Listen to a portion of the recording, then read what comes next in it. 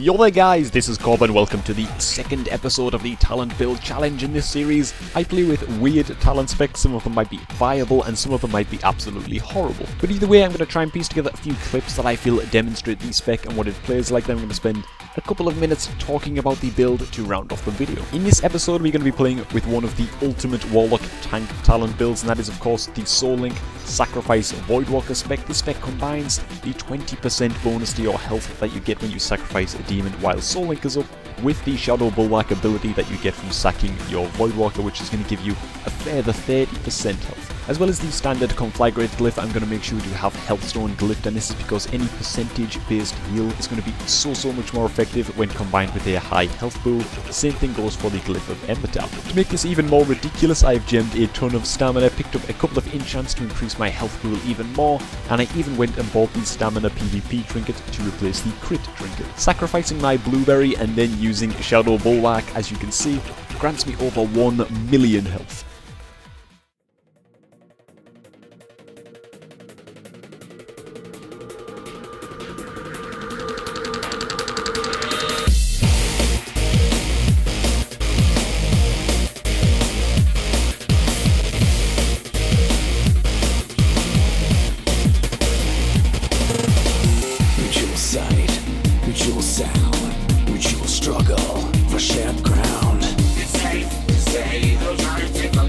I'm just another one for them to break down. Steeped in denial of the daily grind.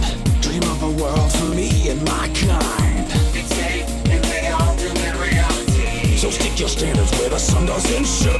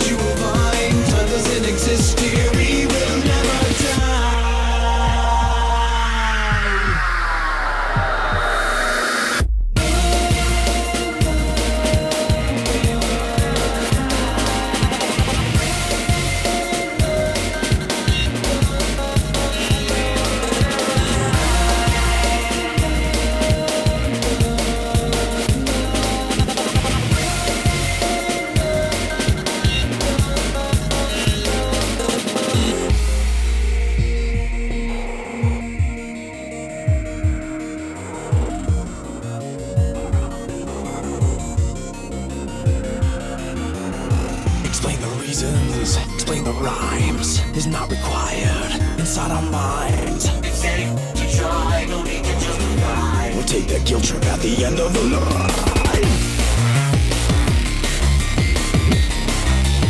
We will never die. Welcome to a world where the air I breathe is mine. Nothing to overwhelm me and nothing to cloud my mind. Be anyone, do anything I never wanna try. Time doesn't exist here. Slip into a world where the air I breathe is mine. Nothing to overwhelm me and nothing. I'm gonna coil both here. Oh no, I'm fade. I coil both. I don't have a silence though. Oh man, he's popped a tree, man. I'm just gonna live here. Yeah, actually, he's wrecked, Feed him off that insta. Took his reflect. I'm just hiding, man. I think we should kill this druid, man. Actually. Oh, I can't fear him. I'm trying to set up man off of fear. Right, I got the fear. We can go crazy, man. Blood Horror the warrior offers. Big damage. Oh, he's not taking any damage.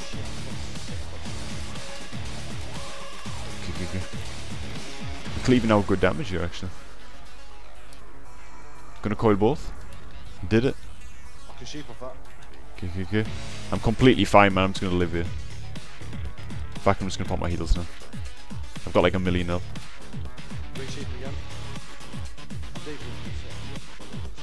Ah, I can fear him off that, man. Okay, I can fear. Feed him full. Life blooms are gonna proc. We have to kill through. Oh, blood whore in the warrior. Fuck it. Nice. This should still be good.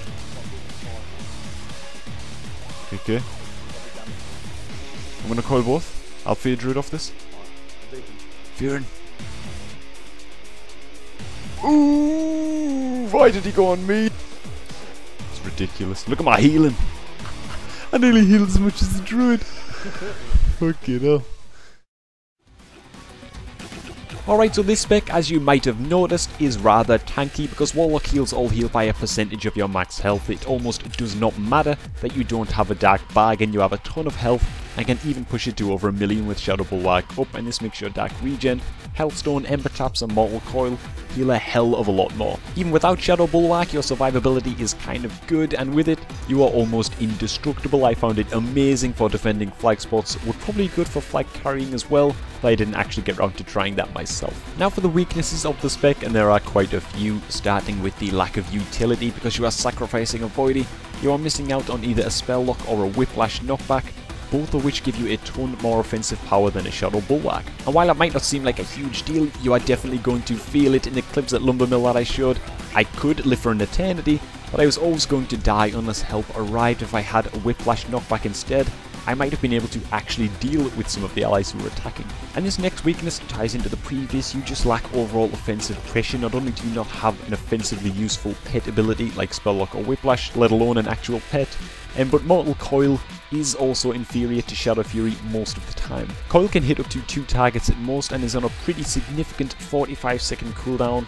The main reason I took it was for more healing. I really just wanted to push the build to its survival limits. However, it did result in me only having really Howl of Terror and Mortal Coil to kill things with. And without a spell lock to follow up a Mortal Coil, most targets will be a massive pain to bring down. Maybe the spec would work better with Shadow Fury after all, and maybe that's something that you guys could experiment with. And finally, for the ultimate question, how fun was the build?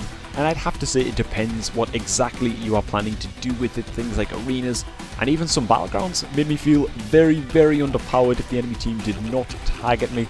And this is expected, of course. I knew I would be very, very weak on the offense. But I have to say, when people did, for some reason, deem it a good idea to target the Warlock with 1 million health, this spec was hilarious. I had a lot of fun defending nodes in battlegrounds in particular, because even if I couldn't kill anyone, I felt like I was claiming some other kind of de facto victory when 4 people would be trying to kill me off for half of the BG. So it is situational. I would definitely recommend trying the spec out if you are bored one day and want to become all but immortal.